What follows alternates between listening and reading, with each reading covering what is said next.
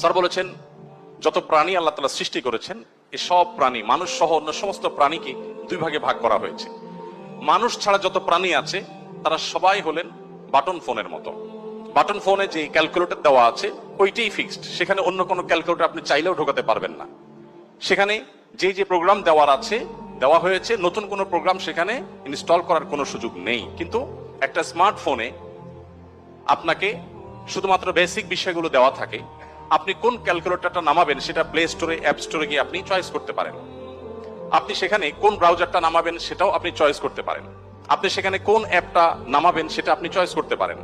আল্লাহ তাআলা মানুষকে সৃষ্টি করেছেন অনেকটা এই স্মার্টফোনের মতো করে, অর্থাৎ মানুষের ভেতরে তিনি কোনটা ইনস্টল করবেন, ভালো কিছু ইনস্টল করবেন, খারাপ কিছু ইনস্টল করবেন, এই ব্যাপারে আল্লাহ রাব্বুল আলামিন মানুষকে স্বাধীনতা দিয়ে রেখেছেন। আর মানুষ যেহেতু কাউকে না কাউকে অনুসরণ করে এবং তার ভেতরে যদি কিছু না কিছু